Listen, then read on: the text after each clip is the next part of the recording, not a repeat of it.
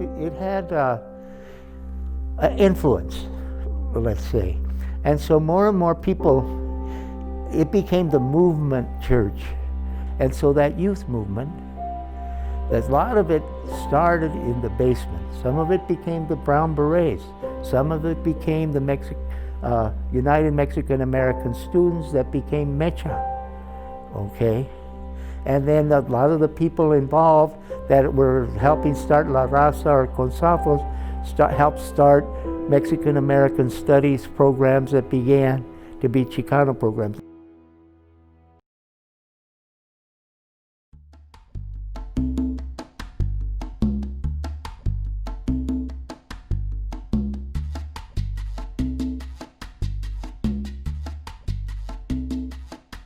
The part that we now call the parish hall is the original church, and it was built in 1887.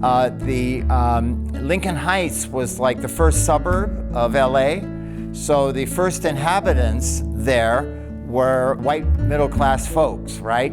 And so a fair amount of whom were Episcopalians, and so they erected a small church, right, built of stone and based on kind of English country churches. That was the style. The architect was a guy named Alexander Coxhead, who did churches sort of up and down California. So then they wanted a larger church as the congregation grew, so they hired an architect named Arthur Bennett. So he built what we now call the main church, and the inside is really very beautiful. It's called wood Gothic, and so you have, pillars and arches and all that kind of stuff. But instead of being constructed of stone, it's constructed of redwood, and it's held up really, really beautifully because of that. Gradually, from the 20s to the 30s to the 40s, more and more Italians and little bit by little more and more Mexicans were moving, and they started moving them to the east, and more people began moving down. The main center of Mexican people was around Main Street, was around the Placita, or where Chinatown is, and so that began to change. And as LA began to grow more and more Mexicans were being moved out to build the Hollywood Freeway and its extension, the 101, to build the Pasadena Freeway, to build Dodger Stadium, and you could go on, but it was a whole trend of moving people out. And more were moving into Lincoln Heights, Highland Park, El Sereno, Boyle Heights, in those areas. So there was a tremendous amount of movement over time, and so Lincoln Heights was becoming more and more Mexican American. A woman that from Arizona, that in her early lifetime, there were problems adjusting the family life, a divorce and all these, and she became friendly with a lady in the neighborhood from the Episcopal Church there, and she became part of that church. But when she was 18, she met actually a Hindu man who was a businessman from LA and got married. Her name was Virginia Cueto, and she married, I forget her husband's name, Ram, so she was Mrs. Ram. And she became a regular person at Episcopal Church, and very much loyal to the Episcopal Church. She began to teach Sunday school. But Mrs. Ram said, there's more and more Mexicans moving into Lincoln Heights, and we should begin doing more with them. And by that time, the civil rights movement was growing in the South, very, very big. In the mid-60s, when Martin Luther King was becoming a national leader, and people were seeing we need to have more empowerment movement amongst Mexicans in Los Angeles, and Lincoln Heights would be that. So they decided to get an organizer, a priest that was an organizer. His name was John Luce, and he was 35, 36. He'd been a priest. He's a very brilliant man, but also knew how to get along with people, and he was hired. John Luce had been trained in organizing. right?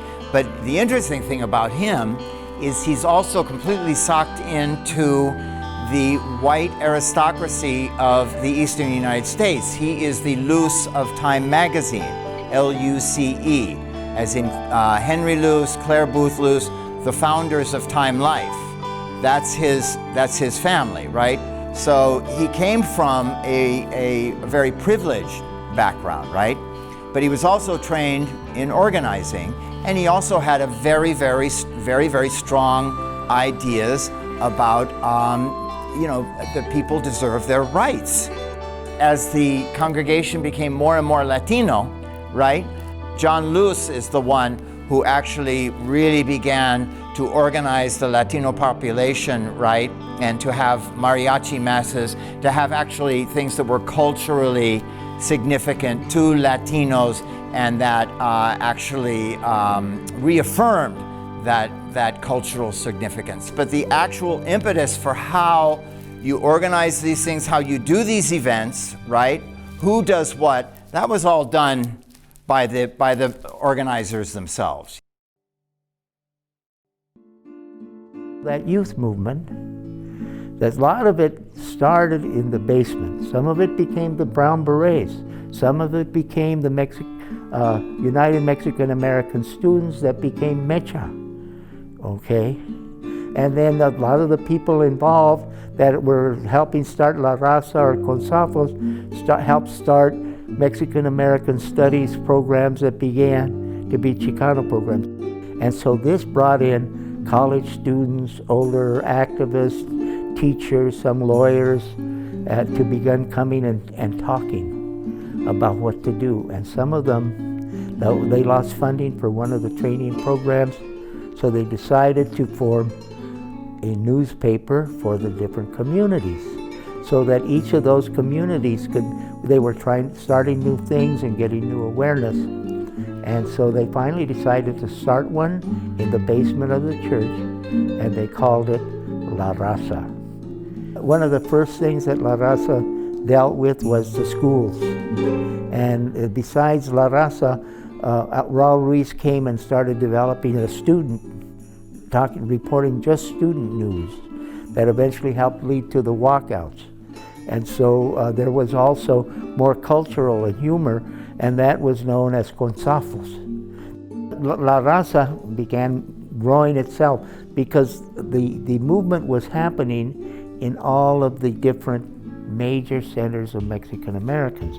And the Cesar Chavez movement was influencing that, but just the times, the youth movement of that time, the anti-war movement, the civil rights movement, the cultural youth movements, all of those things were happening, and La Raza began putting that kind of stuff together in Los Angeles.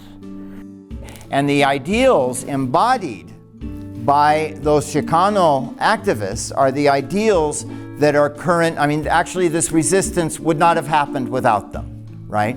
So that people are interested in maintaining a landmark, right, that honors that heritage. We're going into a real restoration now because it's now part of the history and recognized. But we're recognized nationally as a historical place in U.S. history. Now we have a capital campaign, and we're approaching all kinds of foundations, government entities, art institutes, and whatever that are donating money to this historical place so it can function still in the community. Besides keeping the architecture and the integrity of the architecture and of the mission of what we actually do, which is for social justice and to help minorities, low-income people move forward in life. And so we have a lot more power today that came out, and a lot of the roots were in Epiphany, and Epiphany is there. So we still are doing that work. And we're now in the point where we're project, we look at the history, how do we share that history? And so we're so helpful, we're so thankful we can be here and tell that story, because it's just not about Epiphany. It's about an attitude that sí se puede, but you have to work on the grassroots level. You have to look at the culture, and that's the legacy and ongoing legacy of Epiphany.